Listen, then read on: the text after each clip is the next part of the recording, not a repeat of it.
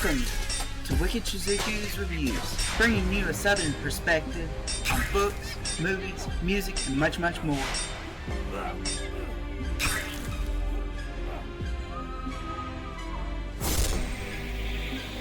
Stick around for a while, you just might hear something wicked.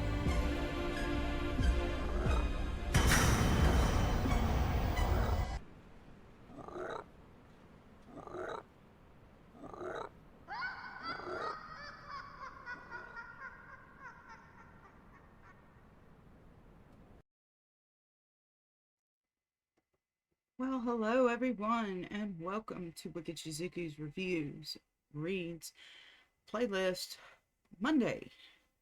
And this is episode 41. If you're new here, please go back into the playlist and go to the corresponding numbers. As it is a Monday read, it will be episode number 1 where this starts, and then 6, and then 11, and so on and so forth. So, if you want to read if you want to listen to the reads from the very beginning, that's where you will start in the playlist. To those who are coming back for another listen, welcome back. And picking up like usual on a Monday read, we will be continuing with inaugural addresses of the past presidents. And this read, we will be going over John Quincy Adams' only inaugural address, as he was president for only one term. John Quincy Adams' inaugural address, March 4th, 1825. In compliance with and usage coeval with the existence of our federal constitution and sanctioned by the example of my predecessors in the career upon which I am about to enter, I appear, my fellow citizens, in your presence and in that of heaven, to bind myself by the solemnities of religious obligation to the faithful performance of the duties allotted to me in this station to which I have been called, in unfolding to my countrymen the principles by which I shall be governed. In the fulfillment of those duties, my first resort will be to that Constitution which I swear to the best of my ability to preserve, protect, and defend.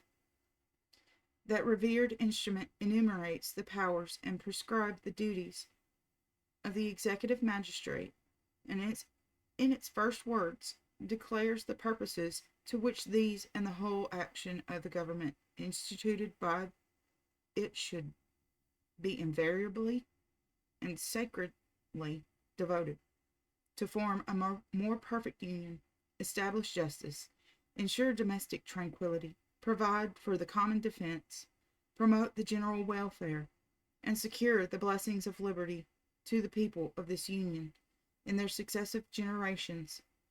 Since the adoption of this social compact, one of these generations has passed away. It is the work of our forefathers, administered by some of the most eminent men who contributed to its formation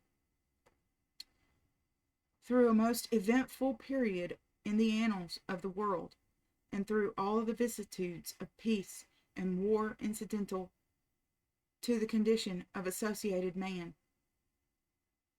It has not disappointed the hopes and aspirations of those illustrious benefactors of their age and nation. It has promoted the lasting welfare of that country so dear to us all. It has, to an extent far beyond the ordinary lot of humanity, secured the freedom and happiness of this people. We now receive it as a precious inheritance from those to whom we are indebted for its establishment, doubtlessly bound by the examples which they have left us, and by the blessings which we have enjoyed as the fruits of their labors, to transmit the same unimpaired to the succeeding generation. In the compass of 36 years since this great national covenant was instituted, a body of laws enacted under its authority and in conformity with its provisions has unfolded with its powers and carried into practical operation its effective energies. Subordinate departments have distributed the executive functions in their various relations to foreign affairs, to the revenue and expenditures, and to the military force of the Union by land and sea. A coordinate department of the judiciary has expounded the Constitution and the laws, settling in harmonious coincidence with the legislative will numerous weighty questions of the construction which the imperfection of human language had rendered unavoidable. The year of Jubilee since the first formation of our Union has just elapsed. That of the declaration of our independence is at hand. The consummation of both was effected by this Constitution. Since that period, a population of 4,000,000 has multiplied to 12. A territory bounded by the Mississippi has been extended from sea to sea. New states have been admitted to the Union in numbers nearly equal to those of the first Confederation. Treaties of peace, amity, and commerce have been concluded with the principal dominions of the earth. The people of other nations, inhabited of regions acquired not by conquest, but by compact, have been united with us in the participation of our rights and duties, of our burdens and blessings. The forest has fallen by the axe of our woodmen. The soil has been made to teem by the tillage of our farmers. Our commerce has whitened every ocean. The dominion of man over physical nature has been extended by the invitation of our artists. Liberty and law have marched hand in hand, all as under any other government on the globe, and at a little cost, little exceeding in a whole generation the expenditure of other nations in a single year. Such is the unexaggerated picture of our condition under a constitution founded upon the republican principle of equal rights. To admit that this picture has its shades is but to say that it is still the condition of men upon earth. From evil, physical, moral, and political, it is not our claim to be exempt. We have suffered sometimes by the visitation of heaven through disease, often by the wrongs and injustices of other nations, even to the extremities of war. And lastly, by dissensions among ourselves, dissensions perhaps inseparable from the enjoyment of freedom, but which have more than once appeared to threaten the dissolution of the Union, and with it the overthrow of all the enjoyments of our present lot, and all our earthly hopes of the future. The causes of these dissensions have been various, founded upon differences of speculation in the theory of republican government, upon conflicting views of policy in our relations with foreign nations, upon jealousies of partial and sectional interests, aggravated by prejudices and prepossessions, which strangers to each other are ever apt to entertain. It is a source of gratification and of encouragement to me to observe that the great result of this experiment upon the theory of human rights has, at the close of that generation by which it was formed, been crowned with success equal to the most sanguine expectations of its founders. Union, justice, tranquility, the common defense, the general welfare, and the blessings of liberty, all have been promoted by the government under which we have lived. Standing at this point of time, looking back to that generation which has gone by and forward to that which is advancing, we may at once indulge in grateful exultation and in cheering hope. From the experience of the past, we derive instructive lessons for the future. Of the two great political parties which have divided the opinions and feelings of our country, The candid and the just will now admit that both have contributed splendid talents, spotless integrity, ardent patriotism, and disinterested sacrifices to the formation and administration of this government, and that both have required a liberal indulgence for a portion of human infirmity and error. The revolutionary wars of Europe, commencing precisely at the moment when the government of the United States first went into operation under this Constitution, excited a collision of sentiments and of sympathies which kindled all the passions and embittered the conflict of parties till the nation was involved in war and the Union was shaken to its center. This time of trial embraced a period of 25 years, during which the policy of the Union in its relations with Europe constituted the principal basis of our political divisions and the most arduous part of the action of our federal government. With the catastrophe in which the wars of the French Revolution terminated, and our own subsequent peace with Great Britain, this beautiful weed of party strife was uprooted. From that time, no difference of principle connected either with the theory of government or with our intercourse with foreign nations has existed or been called forth in force sufficient to sustain a continued combination of parties, or to give more than wholesome animation to public sentiment or legislative debate. Our political creed is, without a dissenting voice that can be heard, that the will of the people is the source and the happiness of the people at the end of all legitimate government upon earth, that the best security for the beneficence and the best guarantee against the abuse of power consists in the freedom, the purity, and the frequency of popular elections, that the general government of the Union and the separate governments of the states are all sovereignties of limited powers, fellow servants of the same masters, uncontrolled within their respective spheres, uncontrollable by encroachments upon each other, that the firmest security of peace is the preparation during peace of the defenses of war, that a rigorous economy and accountability of public expenditures should guard against the aggravation and alleviate, when possible, the burden of taxation, that the military should be kept in strict subordination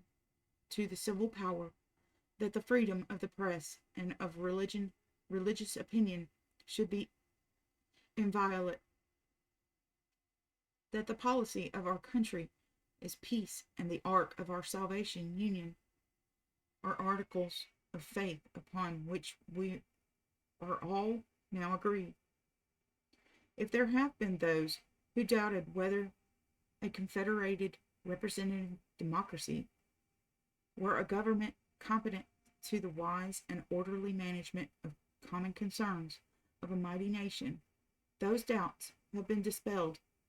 If there have been projects of partial confederacies to be erected upon the ruins of the Union, they have been scattered to the winds.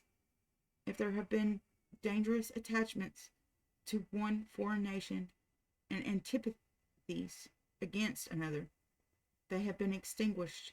10 years of peace at home and abroad have assuaged the animosities of political contention and blended into harmony the most discordant elements of public opinion. There still remains one effort of magnanimity, one sacrifice of prejudice and passion to be made by the individuals throughout the nation who have heretofore followed the standards of political party. It is that of discarding every remnant of rancor against each other, of embracing as countrymen and friends, and of yielding to talents and virtue alone, that the confidence and which in times of contention for principle was bestowed only upon those who bore the badge of party communion. The collisions of party spirit, which originate in speculative opinions or in different views of administrative policy, are in their nature transitory. Those which are founded on geographical divisions, adverse interests of soil, climate, and modes of domestic life are more permanent and therefore perhaps more dangerous. It is this which gives inestimable value to the character of our government, at once federal and national. It holds out to us a perpetual abomination to preserve alike with equal anxiety to the rights of each individual state in its own government, and the rights of the whole nation in that of the Union. Whatsoever is of domestic concernment, unconnected with other members of the Union or with foreign lands, belongs exclusively to the administration of the state governments.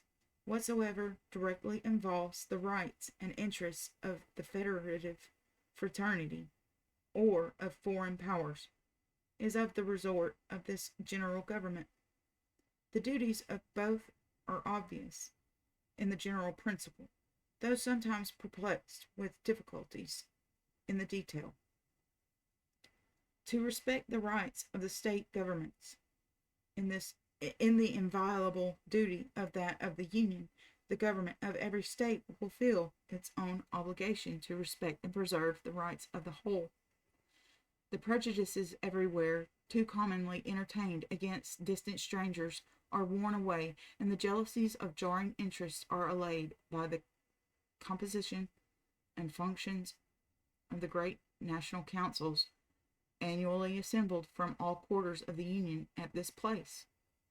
Here the distinguished men from every section of our country, while meeting to deliberate upon the great interests of those by whom they are deputed, learn to estimate the talents and do justice to the virtues of each other. The harmony of the nation is promoted, and the whole Union is knit together by the sentiments of mutual respect. The habits of social intercourse and the ties of personal friendship formed between the respectives of its several parts in the performance of their service at this metropolis. Passing from this general review of the purposes and injunctions of the federal Constitution and their results as indicating the first traces of the path of duty in the discharge of my public trust, I turn to the administration of my immediate predecessor as the second. It has passed away in a period of profound peace. How much to the satisfaction of our country and to the honor of our country's name is known to you all. The great features of its policy, in general concurrence with the will of the legislator, have been to cherish peace while preparing for defensive war, to yield exact justice to other nations and maintain the rights of our own, to cherish the principles of freedom and of equal rights wherever they were proclaimed, to discharge with all possible promptitude the national debt, to reduce within the narrowest limits of efficacy or efficiency the military force, to improve the organization and discipline of the army, to provide and sustain a school of military science, to extend equal protection to all the great interests of the nation, to promote the civilization of the Indian tribes, and to proceed in the great system of internal improvements within the limits of the constitutional power of the Union, under the pledge of these promises made by that eminent citizen at the time of his first induction to this office. In his career of 8 years, the internal taxes have been repealed. 60 millions of the public debt have been discharged. Provision has been made for the comfort and relief of the aged and indigent among the surviving warriors of the Revolution. The regular armed force has been reduced, and its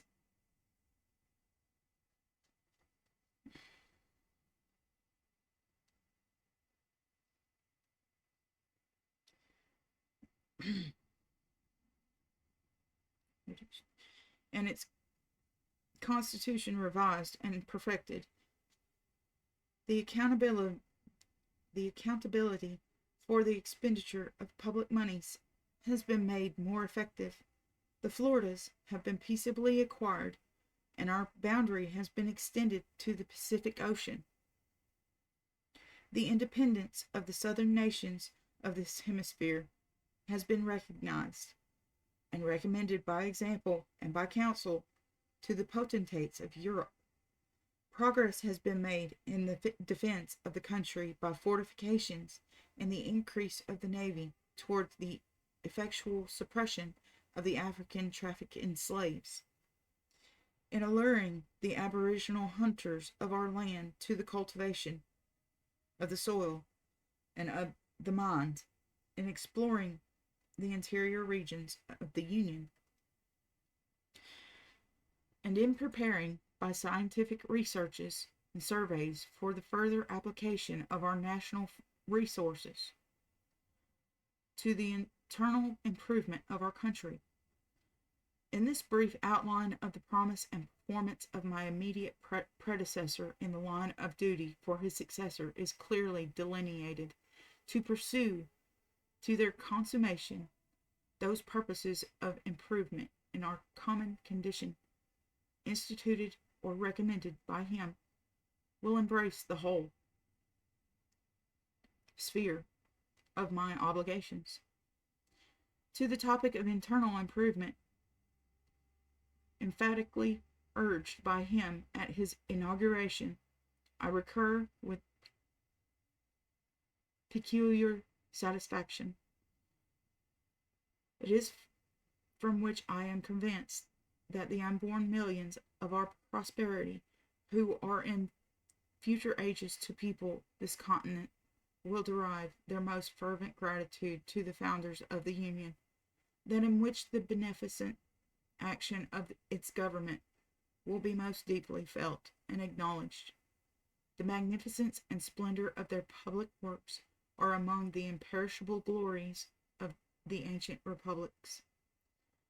The roads and aqueducts of Rome have been the admiration of all after ages, and have survived thousands of years after her conquests have been swallowed up in despotism or become the spoil of barbarians.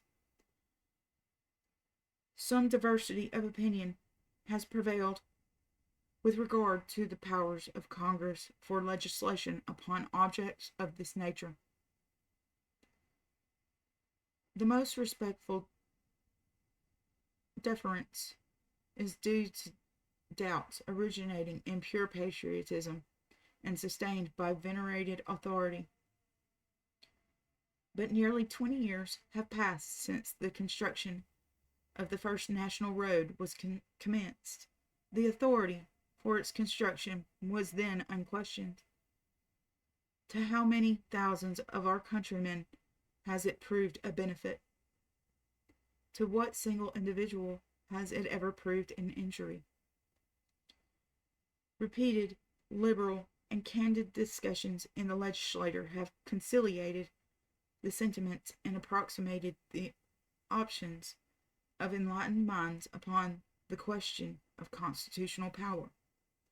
I cannot but hope that by the same process of friendly, patient, persevering deliberation, all constitutional objections will ultimately be removed. The extent and limitation of the powers of the general government in relation to this transcendently important interest will be settled, and acknowledged to the common satisfaction of all, and every speculative scruple will be solved by a physical public blessing. Fellow citizens, you are acquainted with the peculiar circumstances of the recent election, which have resulted in according me the opportunity of addressing you at this time. You have heard the exposition of the principles which will direct me in the fulfillment of the high and solemn trust imposed upon me in this station. Less possessed of your confidence in the advance than any of my predecessors, I am deeply conscious of the prospect that I shall stand more and oftener in need of your indulgence. Intentions upright and pure, a heart devoted to the welfare of our country, and the unceasing application of all the faculties allotted to me to her service are all the pledges that I can give for the faithful performance of the arduous duties I am to undertake, to the guidance of the legislative councils, to the assistance of the executive and subordinate departments, to the friendly cooperation of the respective state governments, to the candid and liberal support of the people so far as it may be deserved by honest industry and zeal. I shall look for whatever success may attend my public service, and knowing that except the Lord keep the city, the watchman waketh but in vain. With fervent supplications for his favor, to his overruling providence, I commit with humble but fearless confidence of my own fate and the future destinies of my country.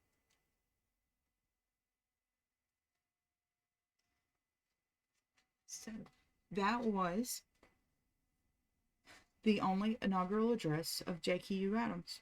And I tend to really admire John Quincy Adams for the sole reason that he didn't stop after his presidency. He came back as a representative of the House for Massachusetts, and he served all the way up until the day he died of a stroke, and he died in the Speaker's house. Now, he wasn't the Speaker of the House, however, he did die in the actual physical office. So his commitment to this country was admirable and a wonderful thing. So I shall let you think about that for a few moments, and I will be right back after this break.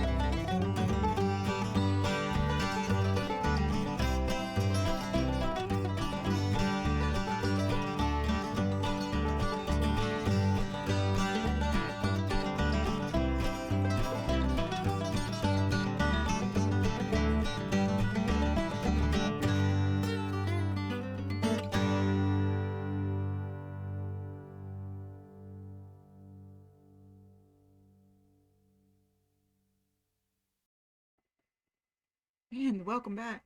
So, after that history lesson there, I'm going to continue with a science lesson today. And we will be continuing with the 1001 Things Everyone Should Know About Science by James Trefil. And this lesson will be about bones and muscles. Fact number 50. Every multicelled animal has to have a way to support itself against the pull of gravity. The most common solutions to this problem are to put a skeleton on the outside, clams and insects, or on the inside, humans. These two strategies involve, respectively, structures called an exoskeleton and an endoskeleton. 51. Vertebrate endoskeletons contain bones and cartilage. The bone appears where stiffness and load-bearing capabilities are required, and cartilage gristle in places that require resilience. Your nose and voice box are made of cartilage, for example, and the materials serve as a shock absorber in the joints. In vertebrate skeletons, joints are held together by ligaments. These are tough, relatively inelastic bands that connect bones on one side of a joint to bones on the other. Like cables, the relative inelasticity of ligaments and their slowness to heal explains why knee injuries are so calamitous in the careers of athletes. 52. There are two kinds of muscle in the human body. Muscles are made of bundles of long cells that contract upon receiving the proper signal from the nerve. In the human body, the simplest of these are smooth muscles, which control involuntary motions like the dilation of the pupil and the contractions of the stomach and intestine. Striated muscles are the ones that make us move. They have a more complex structure than, and evolved later than, smooth muscles. A special subset of striated muscles beat rhythmically to pump blood through the heart. 53. Muscles are attached to bones by tendons. When a muscle contracts, it pulls on the tendons, which pull on the bone and cause movement. Tennis elbow is a common affliction that involves inflammation of the tendons in the elbow.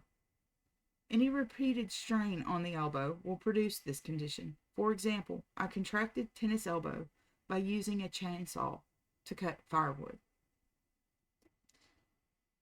And it has a short pop quiz question.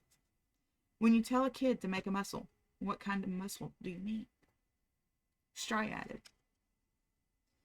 And for the next time we visit science, we will be covering the nervous system. So look forward to that, everyone. And I'm going to quickly move along to next read of The Art of Love and Other Love Books of Ovid.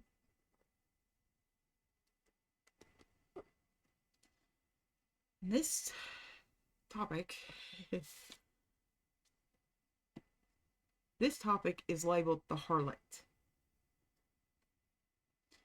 Elegy number 10. He endeavors to dissuade his mistress from becoming a courtesan. Such as she who, snatched away from the banks of the Eurotas in the Phrygian ships, was for her two husbands the cause of so long a war, such as was Leda, when cunning Jupiter, hidden beneath the deceptive disguise of a white-plumed swan, seduced her and made her his paramour, such as Amymone, wandering in the parched fields of Argos, her urn upon her head. Such wast thou in my eyes. I feared for thee, the divers wiles that love suggested to Almighty Jove. I feared for thee the metamorphosis of the eagle and the bull, but now I fear no more. I am cured of my malady. No more mine eyes are blinded by thy loveliness. How came this change, thou askest? Why, 'tis that thou settest a price upon thy favors.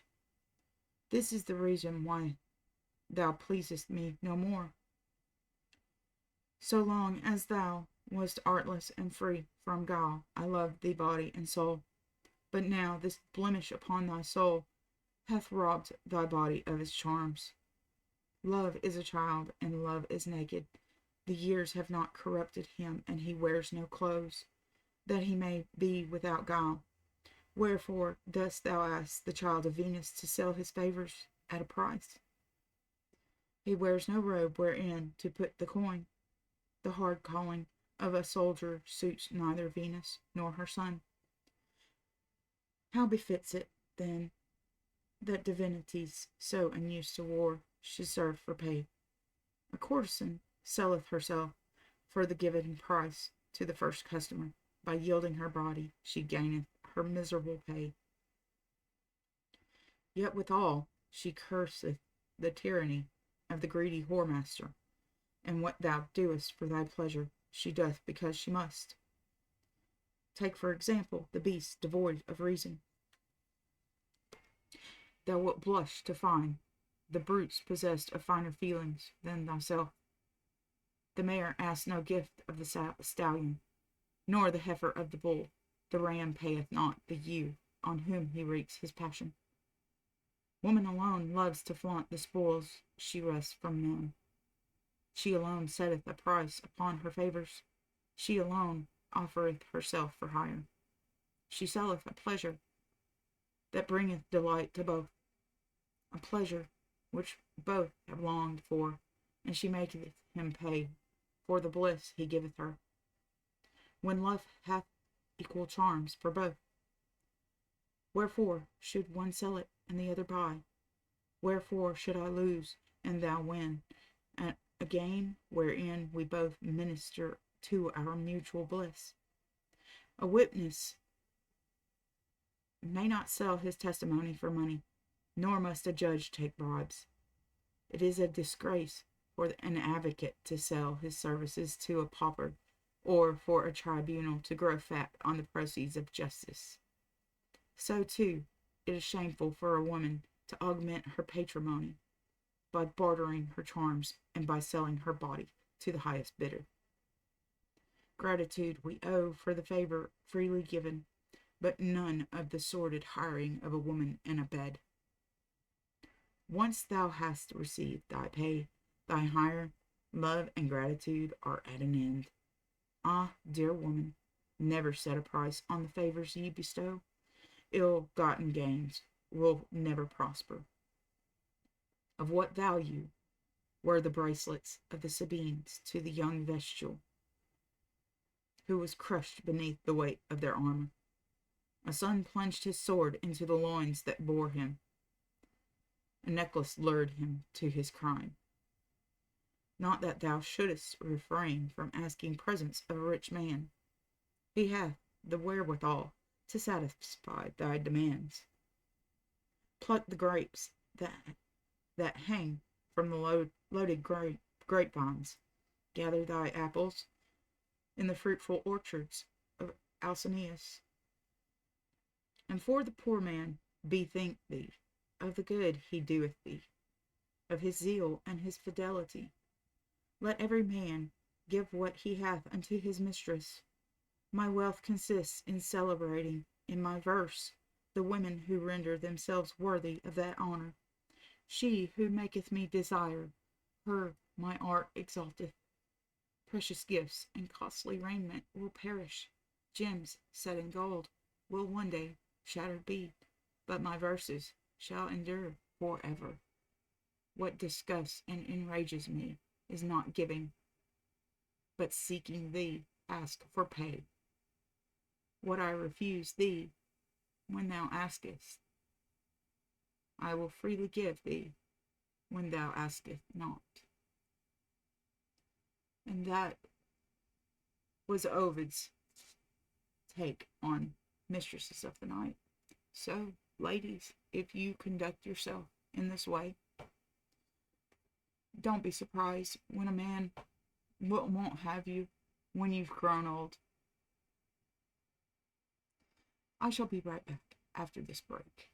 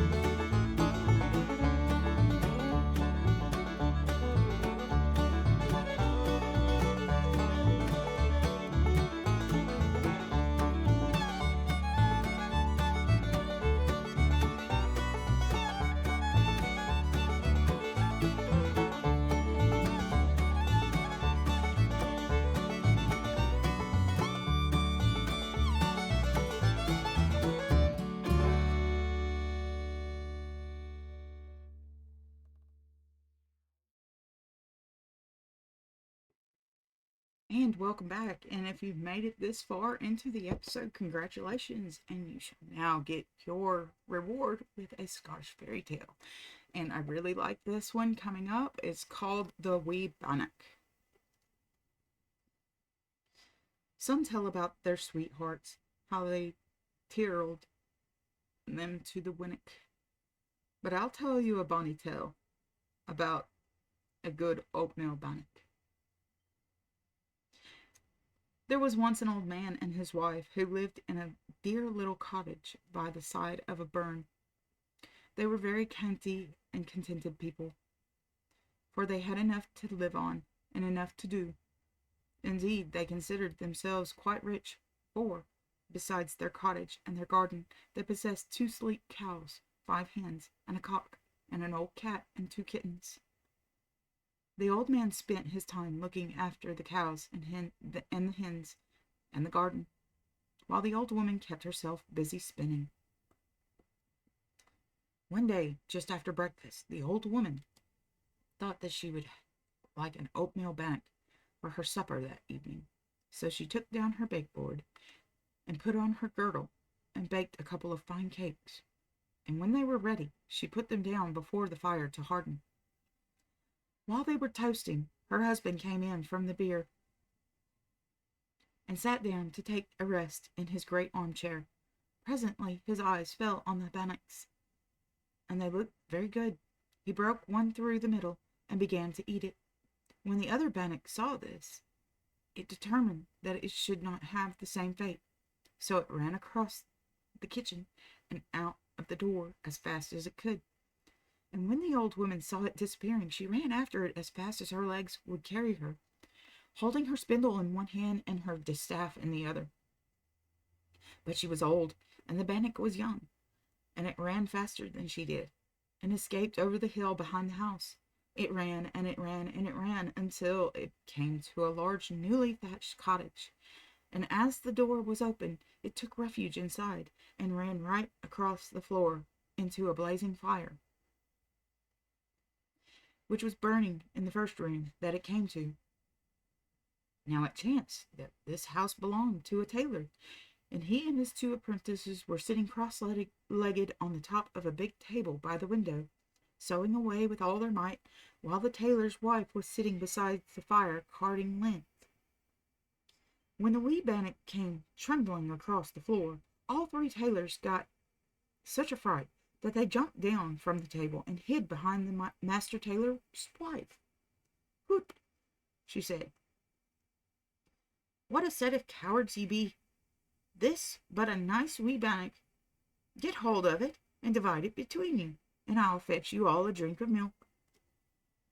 So she jumped up with her lint and her lint cards, and the tailor jumped up with his great shears, and one apprentice grasped the line measure, while another took up a saucer full of pins, and they all tried to catch the wee bannock, but it dodged them round and round the fire, and at last it got safely out of the door and ran down the road, with one of the apprentices after it, who tried to snip it in 2 with his shears. It ran too quickly for him, however, and at last he stopped and went back to the house, while the wee bannock ran on until it came to a tiny cottage by the roadside. It trundled in at the door, and there was a weaver sitting at his loom, with his wife beside him, winding a clue of yarn.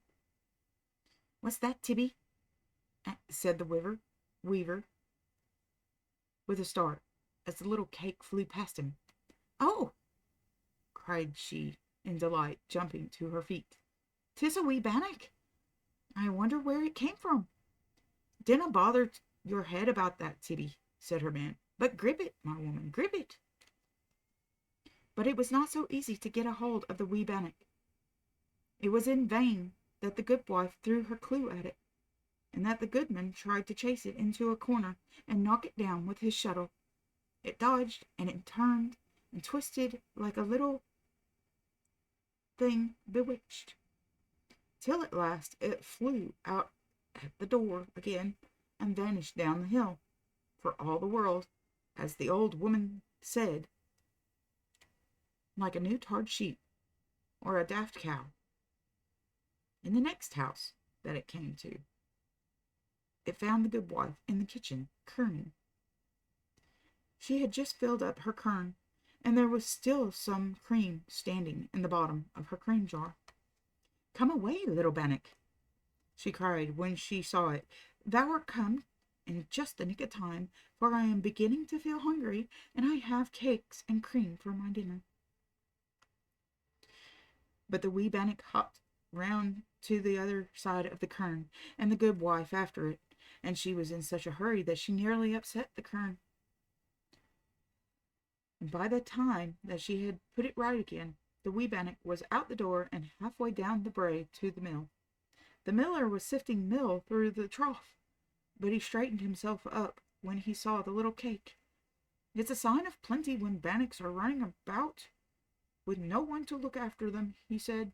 "But I like bannocks and cheese, so just come in, and I will give thee a night's lodging."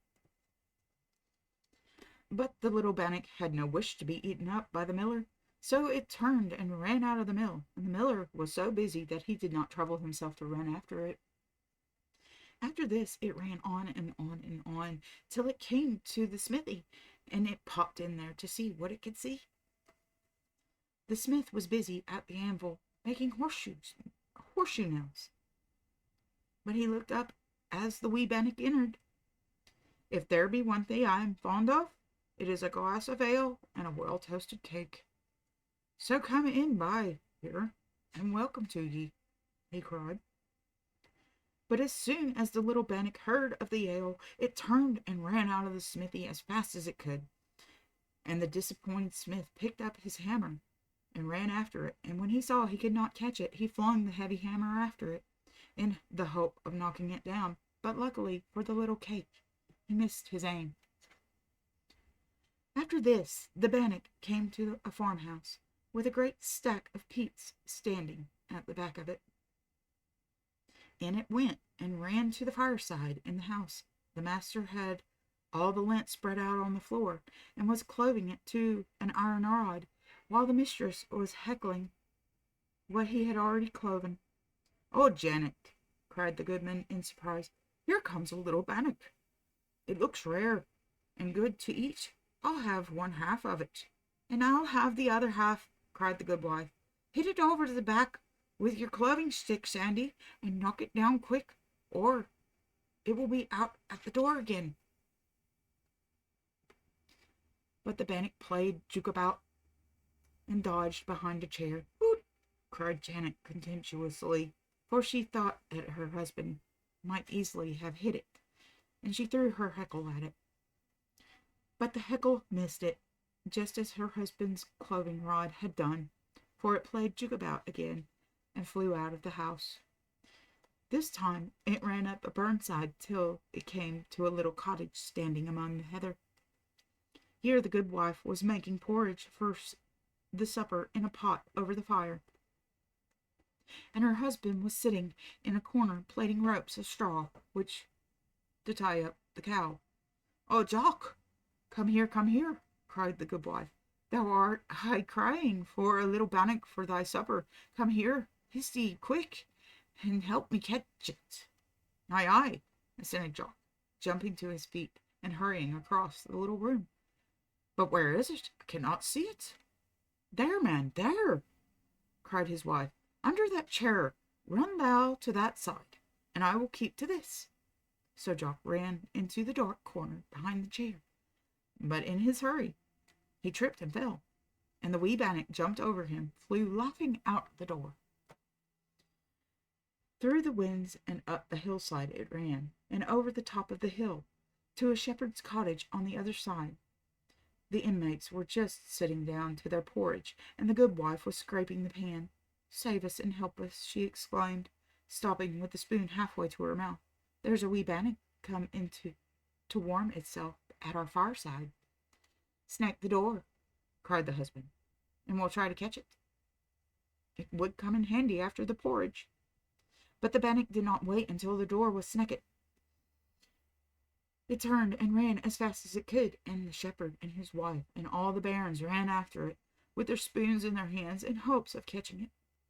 And when the shepherd saw that it could run faster than they could, he threw his bonnet at it, and almost struck it, but it escaped all these dangers, and soon came to another house, where the folk were just going to bed. The goodman was half undressed, and the goodwife was raking the cinders carefully out of the fire. "What's that?" said he, "for the bowl of the brose that I had at supper time wasn't very big." "Catch it then," answered his wife, "and I'll have a bit too. Quick, quick! Throw your coat over it, or it will be away." So the goodman threw his coat right on top of the little bannock, and almost managed to smother it, but it struggled bravely and got out, breathless and hot from under it. Then it ran out into the gray light again, for night was beginning to fall, and the goodman ran out after it without his coat. He chased it through the stackyard, and across a field, and in amongst a fine patch of weeds. Then he lost it, and, as he was feeling cold without his coat, he went home. As for the poor little bannock, it thought that it would creep under a wind bush and lie there till morning. But it was so dark that it never saw that there was a fox's hole there. So it fell down the fox's hole, and the fox was very glad to see it, for he had had no food for 2 days. "Oh, welcome, welcome!" he cried, and snapped it through the middle with his teeth. And that was the end of the poor wee bannock. And if a moral be wanted for this tale, here it is, that people should never be too uplifted or too cast down over anything, for all the good folk in the story thought that they were going to get the bannock, and lo and behold, the fox got it after all. So, I really hope you enjoyed that fairy tale, as I did. And if you found this educational, if you found it enjoyable, I would really appreciate a like, a subscribe, and a share. And if you just so happen to have any questions, please leave them down into the comment section below, and I will get back to you as soon as possible. Thanks for watching. Good night, loves.